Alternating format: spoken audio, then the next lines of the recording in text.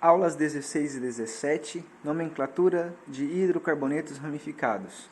Setor B, da capa 4. No caderno de exercícios será o capítulo 16 e 17, a tarefa mínima. O texto teórico para auxiliar nesse estudo é das páginas 160 a 164. Bem, nós já sabemos fazer a nomenclatura de hidrocarbonetos de cadeia simples, aquela que vai prefixo, intermediário e sufixo, que é sempre O, afinal de contas é hidrocarboneto. E nós já sabemos reconhecer os grupos substituintes. A partir de agora nós vamos montar um esqueminha prático para que nós possamos fazer a nomenclatura de hidrocarbonetos ramificados.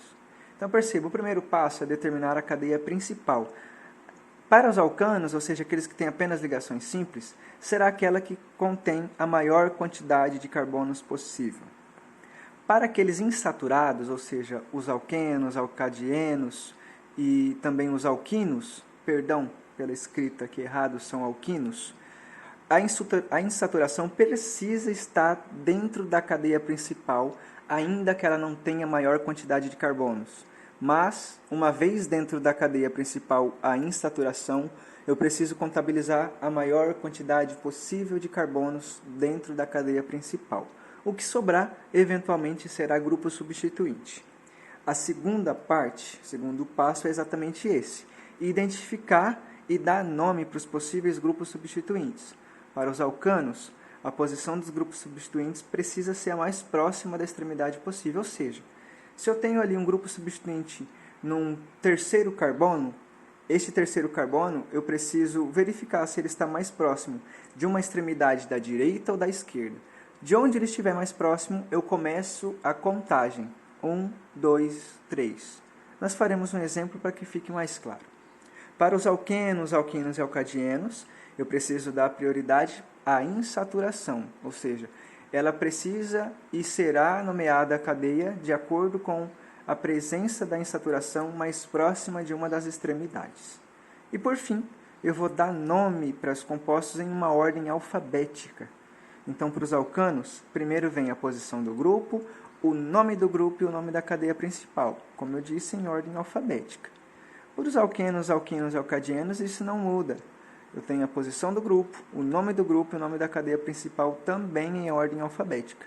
Eu só preciso me atentar para os dois detalhes que nós tivemos no primeiro e no segundo passo. Veja aqui dois exemplos que eu separei. Vamos dar nome para cada um deles. Aqui, a primeira coisa que nós vamos fazer, para este caso, é verificar a presença ou não de uma insaturação. Nós percebemos que não há duplas ou triplas ligações, então estamos falando de um alcano. Para dar nome, eu preciso simplesmente contar a cadeia que tem a maior quantidade de carbonos possível. Então, eu tenho que perder um tempinho e ficar muito atento.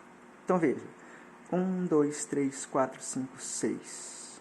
Agora, se eu conto daqui para lá, 1, 2, 3, 4, 5, 6. Então, tanto faz. Sendo essa ou sendo essa, eu tenho a maior quantidade de carbonos. Mesmo porque se eu contar aqui, olha, 1, 2, 3, 4, 5. Então, não tem aqueles 6 carbonos. Então, eu vou fazer o seguinte, eu vou marcar a cadeia principal para ficar mais fácil de visualizar. Agora, perceba, eu tenho a presença de um grupo substituinte aqui. Então, com 2 carbonos, este daqui é o nosso radical, ou melhor, o nosso grupo substituinte etil. Certo? Ele está mais próximo desta extremidade do que daquela. Afinal de contas, veja, 1, 2, 3. 1, 2, 3, 4. Então, eu começo a numerar o carbono, a cadeia principal, a partir daqui, ó, veja. Carbono 1, 2, 3, 4, 5, 6. Então, a nomenclatura agora começa, como a gente viu, pela posição do grupo, pelo nome do grupo e pelo nome da cadeia principal. Bem, ele está no carbono 3, tracinho, etil, tracinho, hexano. Como são todas ligações simples, ele fica de uma maneira simplificada. Perceba que toda vez que começar com um H, hexano ou heptano, por exemplo, precisa de utilizar o tracinho. Se fosse, por exemplo, um pentano, um butano, eu poderia fazer a escrita junta, certo? Veja esse outro exemplo para nós terminarmos. Aqui eu tenho duplas ligações.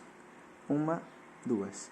E perceba, a ordem é que elas estejam dentro da cadeia principal, ainda que não seja aquela com maior quantidade de carbonos, porque compare comigo. Aqui nós temos 1, 2, 3, 4, 5. Aqui nós teríamos 1, 2, 3, 4, 5, 6, 7. Mas eu não posso de maneira alguma deixar aquela dupla ligação para fora. Ah, mas poderia ser um vinil. Poderia, mas não é o ideal ou adequado. Então, essa daqui vai ser a minha cadeia principal.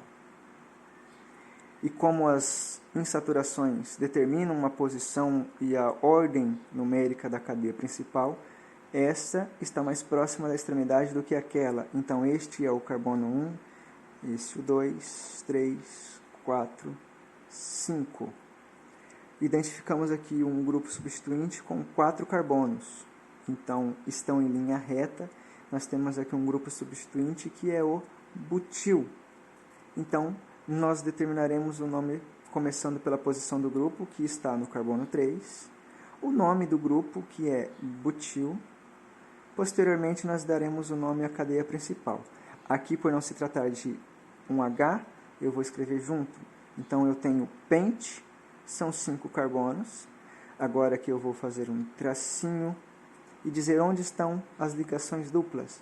Então, estão no carbono 1 e no carbono 3. Então, 1 e 3, tracinho de em, estamos falando de um hidrocarboneto. Ó, em alguns casos, pode ser utilizada uma letrinha A para que fique uma pronúncia um pouquinho mais fluida. Então, seria 3-butil-pente ou penta, 1 e 3-dieno. Essa é a nomenclatura desse composto insaturado. Resolva os exercícios da capa. Se tiver dúvida, me mande mensagem, me pergunte. E os cadernos de exercício, capítulo 16 e 17, me enviem a tarefa para que eu possa corrigir e registrar.